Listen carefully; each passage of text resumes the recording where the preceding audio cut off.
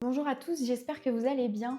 On se retrouve aujourd'hui dans une nouvelle vidéo qui n'était pas vraiment prévue, mais en général tous les week-ends, j'ai ma petite routine d'arrosage des plantes. Et là, ça fait un petit moment que je repousse l'échéance sur certaines plantes, notamment des anthuriums, qui commencent à être un peu à l'étroit dans leur pot. Donc j'ai décidé de finalement les rempoter. Donc là, il y en a 3 que j'ai sélectionnés pour les rempoter avec vous en vidéo. Je vais vous montrer tout ça. Donc ce que je vais faire, je pense d'abord, c'est tous les sortir de leur pot. En plus, c'est pas l'idéal parce que comme je le disais, je viens de les arroser. Dans l'idéal, c'est mieux de faire ça à sec parce que là, ça va un petit peu en mettre partout. Mais bon, c'est pas grave, je pense qu'il était quand même temps. Celui qui m'a fait le plus dire qu'il était vraiment temps de rempoter, c'est celui-ci. Mon anthurium, c'est un hybride de BCAE AF X luxuriance. Je sais pas si vous voyez un petit peu les racines, mais c'est vraiment un chignon racinaire en bas, donc il faut vraiment que je le rempote. Le seul problème, c'est qu'en termes de taille de pot, j'aime bien mes anthuriums les mettre dans des pots transparents quand même. Donc j'ai que... souvent quand je fais plusieurs rempotages comme ça me permet de réutiliser les pots. Par exemple, celui-ci qui est dans un pot plus petit, de le mettre dans celui-ci. Là, pour ces deux-là, c'est vraiment la même taille de pot, hormis que celui-ci est carré et celui-ci rond. Donc je ne vais pas pouvoir intervertir. Et la taille de pot supérieure que j'ai, c'est celui-ci. Donc ça fait un peu grand, mais je pense que je vais le mettre directement dedans parce que quand on voit toutes les racines, je pense que ça va quand même correspondre. Donc j'enlève toutes les plantes de leur pot et de leur substrat. Je les pose à côté, puis après je vous montre comment je fais pour les passer dans les pots supérieurs. En plus, celui-ci, il fait une fleur et une feuille en même temps, donc ça lui pompe pas mal d'énergie, d'où l'intérêt de le rempoter. En général, c'est pas forcément toujours l'idéal non plus parce que le rempotage, c'est un stress quand même, mais je pense que ça va quand même lui faire du bien parce que ça fait un moment qu'il est à l'étroit dans son pot, donc c'est quand même une bonne chose pour lui.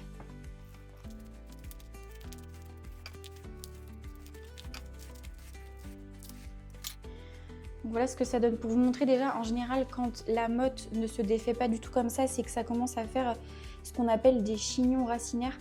Donc c'est que les racines, en fait, elles n'ont plus du tout de place et elles commencent à tourner dans le fond du pot. Et là, c'est ce que ça commence à faire. Donc je vais essayer de défaire un petit peu ça pour que la plante, dans son nouveau pot, elle comprenne qu'elle est de la place et qu'elle peut se répandre un petit peu plus partout. Malgré tout, les racines sont en très bonne santé sur celle-ci, puisqu'on voit un petit peu partout des coiffes racinaires. Donc c'est ce qui est, je trouve, le plus visible sur les anthuriums par rapport à d'autres plantes, puisque les racines sont assez grosses. C'est en fait le bout des racines qui sont un petit peu jaune, vert fluo comme ça. Ça prouve que la racine est en croissance et que la plante va bien, quoi. Donc là, comme je vous disais, je vais utiliser ce pot-là qui est quand même relativement grand par rapport à son pot, au pot dans lequel elle était. Mais je pense que ça fera l'affaire, sachant que on est fin janvier, on n'est pas non plus à la belle saison, au printemps, etc. Mais mes anthuriums continuent de grandir comme je vous le montrais là, avec la fleur et la feuille. Donc je sais qu'il va continuer à s'épanouir et que peut-être d'ici cet été, le pot sera quasiment de nouveau rempli, ou en tout cas la plante aura bien pris sa place dedans. Donc là, comme je vous disais, je vais essayer d'un petit peu défaire la motte sans casser trop de racines. Après, s'il y a quelques racines de casser, c'est pas très grave. Je me méfie aussi parce que j'ai remarqué au niveau, je vais essayer de vous montrer, au niveau du bas de la plante ici, j'ai un petit rejet qui est en train de pousser. Je sais pas si vous allez le voir, juste ici. Donc ce qui fait que à terme, ça va pouvoir me faire une nouvelle plante. Et si je veux, je pourrais la diviser au pied et j'aurai un nouvel anthurium. Donc il faut essayer de faire attention de ne pas trop la déranger pour qu'elle pousse et qu'elle sorte sa première feuille. Donc là voilà, avec mes doigts, j'essaye de coiffer un petit peu comme ça les racines pour les défaire petit à petit. Et au fur et à mesure, voilà, j'arrive à défaire pas mal de nœuds. Après, je vais pas tout enlever parce que je veux pas trop la déranger non plus. Tout le haut là, je vais laisser, mais au moins comme ça, elle peut continuer de pousser vers le bas.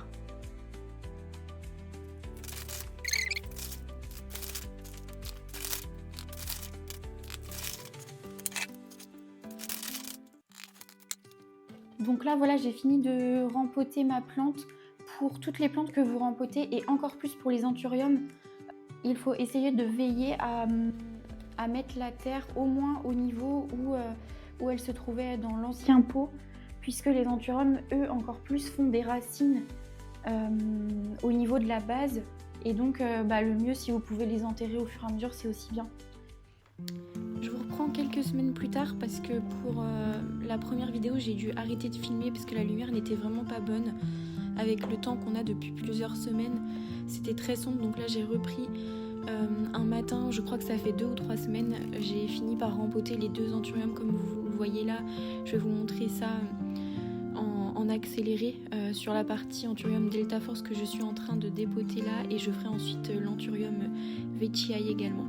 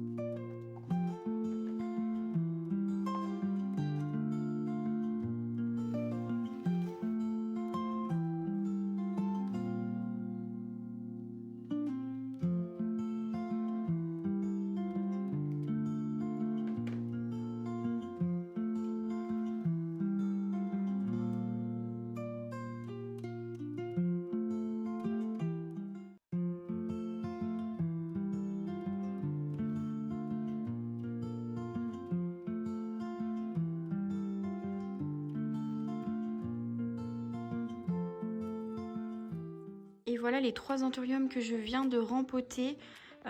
Sur la vidéo, là, les 3 ont été rempotés en même temps. Celui de gauche ici, qui est l'anthurium BCAE-AF, je l'ai rempoté il y a, je pense, à peu près 2 semaines.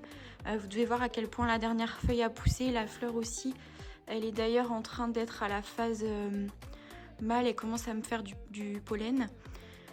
Donc voilà, elle a bien pris possession de son pot. Comme vous voyez, les racines commencent à bien pousser. Donc c'est la preuve que le rempotage est positif. Là, on voit que son terreau est beaucoup plus sec que les autres. C'est pour ça, encore une fois, que j'aime bien les pots transparents parce que ça me permet de voir quand est-ce que j'ai besoin de les arroser. Bon, après, j'ai toujours des problèmes de thrips. Je pense que vous voyez les feuilles qui jaunissent comme ça. C'est pour ça aussi que vous voyez un traitement sur les feuilles. D'ailleurs, si vous avez des solutions contre les thrips, n'hésitez pas à me dire parce que je sais plus trop quoi faire. Je traite, mais j'en ai toujours qui reviennent, donc c'est un peu embêtant. Et voilà donc les 2 derniers que j'ai rempotés. Donc mon petit Veitchii, j'en ai un plus grand que je vous avais déjà montré sur ma vidéo sur tous mes anthuriums, qui est aussi en train de me faire une nouvelle feuille ici. qui était lui dans un tout petit pot. Hop, il était dans ce pot là, donc vraiment il y a une assez grosse différence entre les deux, je pense que vous allez voir. Ses racines étaient vraiment assez sèches, donc là je l'ai bien arrosé. Après il avait quand même des racines encore bien vives, des coiffes racinaires, donc je pense qu'il va... Enfin de toute façon il n'est pas en train de mourir, comme vous le voyez, il pousse, mais c'est pas forcément hyper positif qu'il ait des racines comme ça. Donc c'est bien. J'aime bien aussi les rempotages pour me rendre compte de comment vont les plantes aussi au niveau des racines, puisque c'est la base après de leur santé. Là vous voyez, je viens de les arroser, ils sont dans leur soucoupe. Je vais enlever l'eau stagnante et ne pas les laisser là-dedans. Et enfin le dernier, c'est mon Delta Force, qui pareil a aussi des feuilles un petit peu abîmées. Mais malgré tout, voilà, la dernière feuille va bien, il me fait une fleur qui n'est pas encore ouverte et une petite feuille qui est en train d'arriver ici, donc j'espère qu'elle ira bien aussi. Celui-ci c'est pareil, je me rendais pas compte dans le pot, il était justement dans le pot où j'ai mis le Veitchii, donc un pot en dessous, et il a quand même des racines qui prennent je pense les 3/4 du pot, donc je pense que c'était une bonne chose pour les trois là. Celui-ci, comme je vous le dis, il y a un petit peu plus de recul, il se porte bien, donc il n'y a pas de raison pour les autres ça aille bien aussi.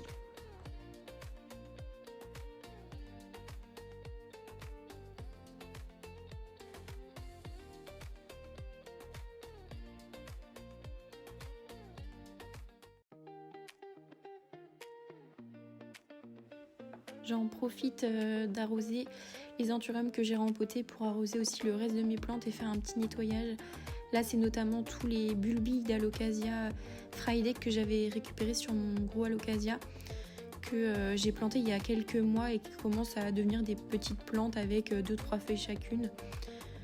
Donc là, je coupe les feuilles. Souvent, c'est les feuilles les plus blanches. Vous voyez, celui-ci, il est quasiment tout blanc. Je ne sais pas si ça donnera quelque chose. Donc je coupe et après j'arrose également parce que les pots sont assez petits, donc ils ont tendance à sécher assez vite aussi pour tout cela.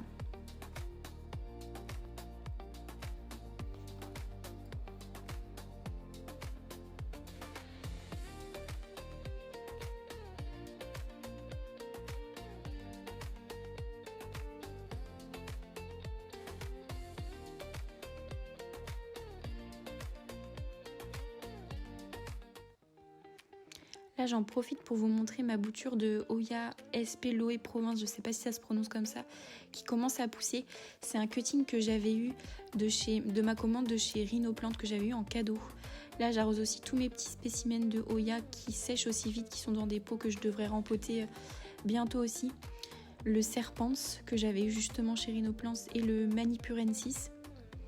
Et après, tous les autres que j'avais depuis un petit moment, le Thomsoni, le Bella, Rotundiflora et le Wayeti Tricolore. Derrière, c'est le Burtoniae Variegata que je vous ai pas montré. Et puis là, d'autres petits Hoya que j'ai également, le Curtisi, Sunrise derrière et le Cumingiana tout au fond. J'en profite pour vous montrer un nouvel aménagement au niveau du salon. Pour ceux qui me suivent depuis un moment, vous savez qu'on a acheté une maison il y a à peu près 1 an maintenant. Et donc au fur et à mesure, on commence à faire des petits aménagements. Là, on a acheté ce nouveau canapé à peu près fin janvier. Puisque l'autre, on l'avait depuis quelques années, mais c'était un canapé déjà d'occasion et qui n'était pas très confortable. Donc on a investi dans celui-ci qui est déjà beaucoup plus grand et plus confortable. Et donc ce week-end, c'était aménagement, enfin installation de cette petite étagère. Pour meubler un petit peu le meuble au-dessus du canapé, et c'est vrai que ça rend beaucoup mieux comme ça. Bon, après j'ai mis des petites décorations et quelques plantes, je sais pas si ça restera comme ça, mais en tout cas je trouve que c'est beaucoup plus sympa comme ça. Avant on avait un cadre mais qui meublait pas vraiment. En fait c'est une planche de chêne comme ça qu'on a récupérée, qu'on a poncé verni, et puis on a acheté des petites équerres comme ça sur internet. 3 pour la fixer comme ça. J'ai teinté aussi les équerres avec du brou de noix pour qu'ils aient un petit peu un effet plus foncé, parce que normalement ils étaient encore plus clairs que la planche de chêne. Et voilà, j'ai installé quelques plantes. Et voilà, c'est tout pour cette vidéo. J'espère que ce format vous a plu. N'hésitez pas à vous abonner, à mettre un pouce et à me laisser un commentaire. À bientôt!